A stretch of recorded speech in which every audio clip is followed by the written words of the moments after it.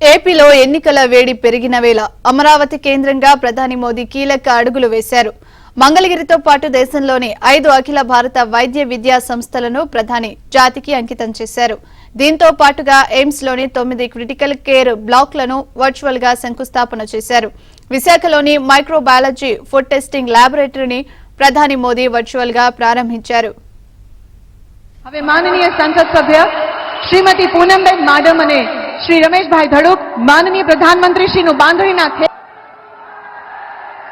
હવે માનનીય સંસદ સભ્ય શ્રી બાબુભાઈ విభజన చట్టం ప్రకారం గుంటూరు జిల్లా మంగళగిరిలో 183 ఎకరాల విస్తీర్ణంలో ఎయిమ్స్ ఏర్పాటైంది.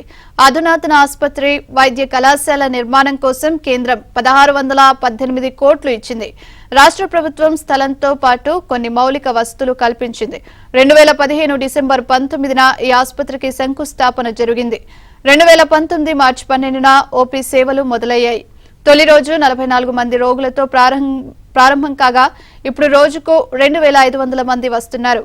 5 ఏళ్లలో 15 లక్షల మందికి పైగా వైద్య సేవలు పొందారు. 2020 జూన్ 11న ఇన్ పేషెంట్ సేవలు మొదలవగా ఇప్పటి వరకు 21,000 మందికి పైగా చికిత్స తీసుకున్నారు.